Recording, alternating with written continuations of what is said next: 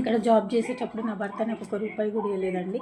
ఆయనకు వచ్చే 15,000 శాలరీ, నాకు వచ్చే 15,000 శాలరీలో నేను ఒక 10,000 ఇచ్చిన, నా భర్త 15,000 అక్కడ మంత్లీ వెళ్ళి మా అత్త మామలకి ఇచ్చేసి వచ్చిండండి. అయినా కానీ నా అత్త మామలే కదా, నా ఇల్లే కదా, అంతా నాకే కదా, ఎందుకు నాకెందుకు అన్యాయం చేస్తారని గుడ్డిగా నమ్మినా అండి.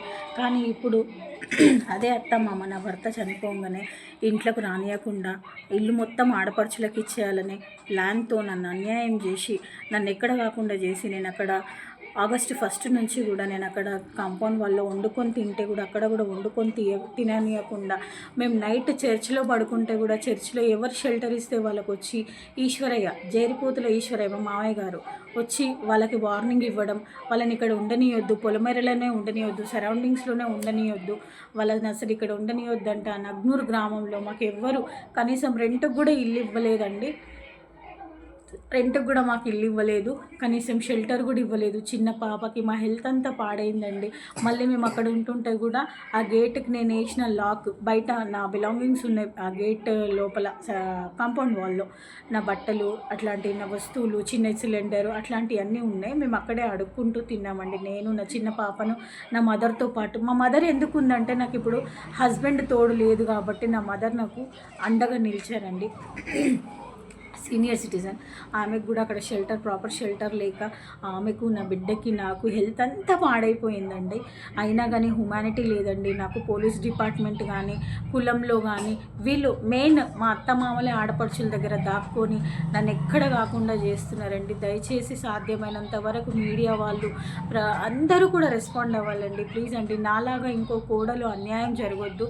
ఇల్లు చూడండి, నేను చచ్చేంత వరకు ఉంటా అంటున్నా అండి, అయినా కానీ నాకు ఆ ఇంట్లో స్థానం ఇయ్యనియట్లేదు ఆడపడుచులు, అత్తమామ.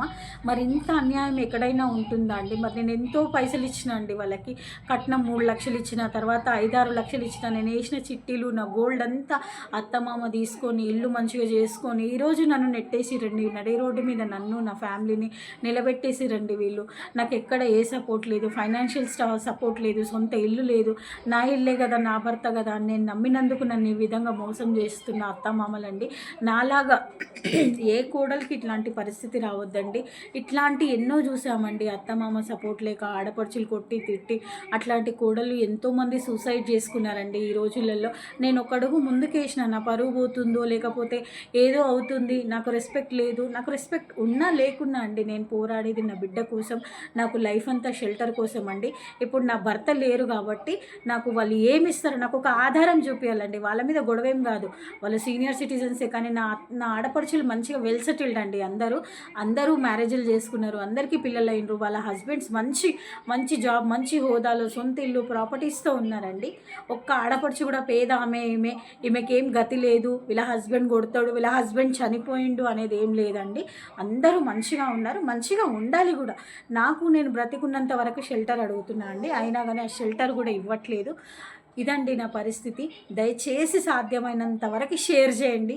నేను చాలా డబ్బులు ఇచ్చిన అండి, నియర్లీ 10 lakhs వరకు వాళ్ళకి ఇచ్చిన.